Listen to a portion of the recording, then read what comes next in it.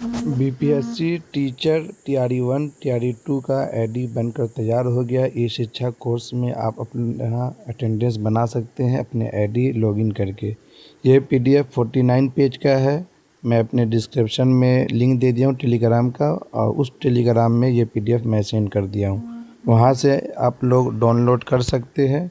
Download करके आप अपना नाम चेक कर सकते हैं और अपना आईडी नंबर देख सकते हैं।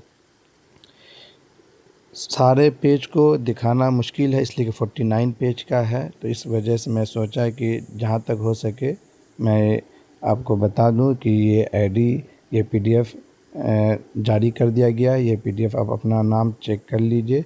और ये इन्फॉर्मेशन का चैनल है, इसी तरह का इन्फॉर्मेशन आपको अपडेट एना इन्फॉर्मेशन यूट्यूब चैनल पे मिलता रहता है। वीडियो को लाइक ज़रूर करें और दोस्तों के साथ ज़रूर शेयर करें ताकि उनको आईडी पता चल सके। चलिए फिर मिलते हैं अगली वीडियो में। थैंक यू वीडियो देखने के लिए।